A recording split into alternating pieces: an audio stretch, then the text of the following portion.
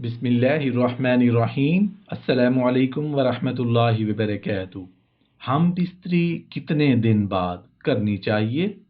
ہم بستری کا طریقہ، ہم بستری کے آداب۔ ایک مرتبہ ہم بستری کرنے کے بعد پھر کب ہم بستری کرنی چاہیے؟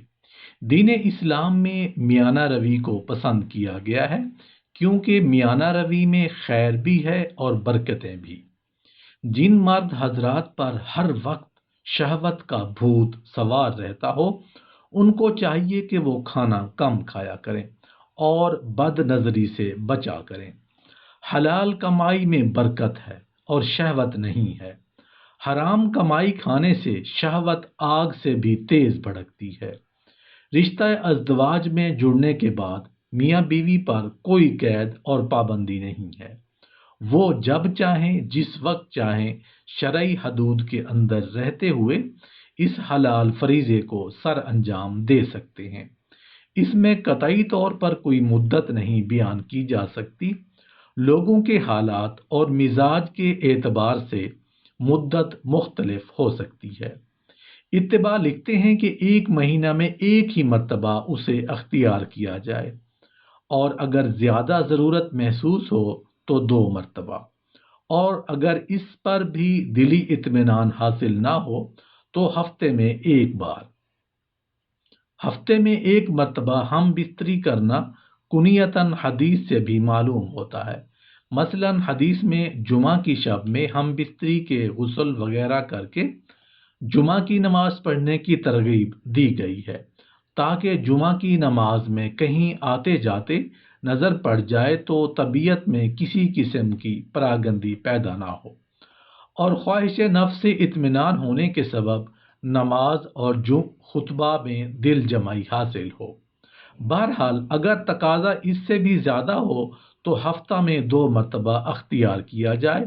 باقی ہر رات میں ایک ہی رات میں 1 سے زیادہ بار ہم بستری کرنا صحت کے لیے بہت ہی مضر ہے، بالخصوص آج کے دور میں جب کہ قوی بالکل کمزور ہو چکے ہیں، اور غذائیں خالص نہ ہونے کے سبب زیادہ ہم بستری کرنا انسان کی جوانی کو بہت جلد ختم کر دے گا۔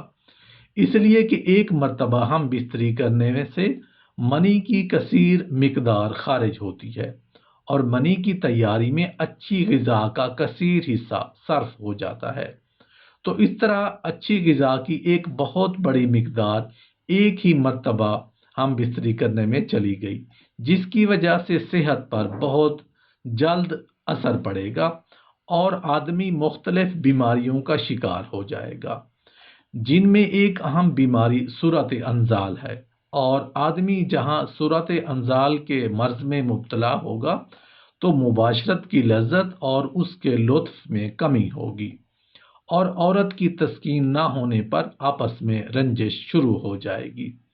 نیز کثرت انزال سے مادہ منویہ کمزور اور پتلا ہو جاتا ہے، جس کا اثر اولاد پر پڑے گا کہ وہ کمزور اور ضعیف الخلقت ہوگی۔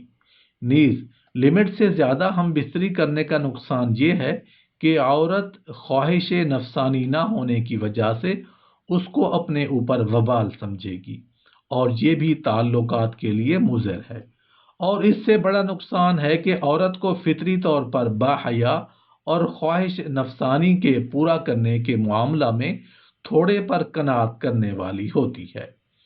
1 مرتبہ تسکین ہم بستری کرنا مہینہ بھر کے لیے کافی ہو سکتا ہے، لیکن اگر اس کی شہوت کو چھیڑ چھاڑ کر کے ابھارا جائے اور اس کی طبیعت اس طرح شہوانی ہو گئی اور ہمہ وقت اس کے دماغ میں یہی خیالات پکنے لگے تو اس کے بعد شہوت کا بھوت اس پر بھی سوار ہو جائے گا اور اسے اس کی عادت ہو جائے گی۔ نتیجہ یہ ہوگا کہ کچھ مدت کے بعد آپ عاجز ہوں گے اور وہ اس کے لیے آمادہ ہوگی۔ وہ آپ کو دعوت عمل دے گی اور آپ مجبوریاں ظاہر کرنے لگیں گے۔ آپ تھک کر آرام کرنا چاہیں گے اور وہ جاگنے پر مجبور کرے گی۔ یہ صرف آپ کے انجام پر نظر نہ کرنے اور بے قابو ہونے کا نتیجہ ہو سکتا ہے۔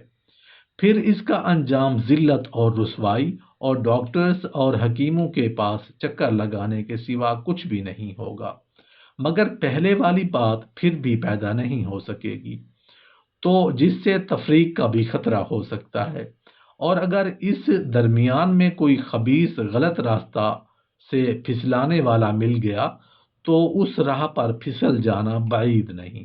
اس لیے بہت ہی سوچ سمجھ کر اس انمول دولت اور لذت سے نفع اٹھانا چاہیے تاکہ صحت، قوت اور جوانی برقرار رہیں اور لطف دائمی رہے اور اولاد بھی تندرست اور سالم پیدا ہو۔